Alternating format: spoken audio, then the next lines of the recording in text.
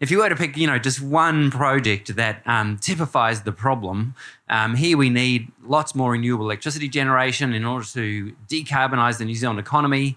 And instead of being able to explore the possibility of offshore wind, we've got seabed mining, or they're trying to fast-track seabed mining.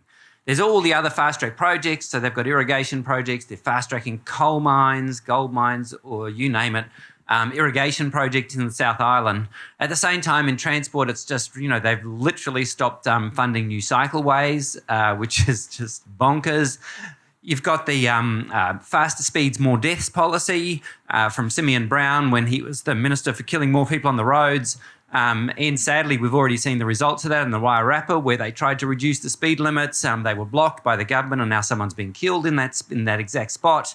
And now he's moved on to health, where his policy is less funding, more deaths. And so I think we'll see similar results there. And then in terms of, the other climate policies, they're trying to restart oil and gas exploration, which is truly crazy in the middle of a climate crisis. They've literally removed the consideration of climate change when they make transport funding decisions.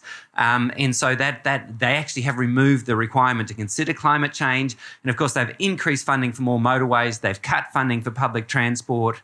And walking and cycling, but particularly in public transport space. And then you look at the biodiversity space, you've got this craziness, which is that you're allowed to kill as many seals as you want. There used to be limits on how many seals you could kill when you're fishing. And so they've relaxed the rules around protecting biodiversity in the fishing space and pretty much everything else. So you could go on and on and on. There's a massive list of things that they've started and are trying to do.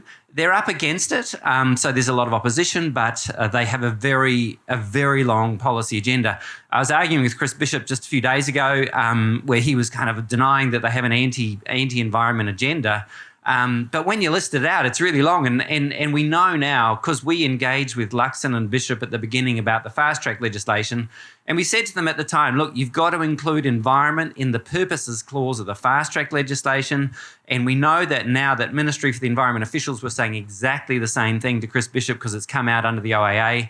And Chris Bishop deliberately made the decision not to have anything about the environment in the purposes clause of the fast-track legislation, which makes it very difficult for these expert panels to decline anything on environmental grounds.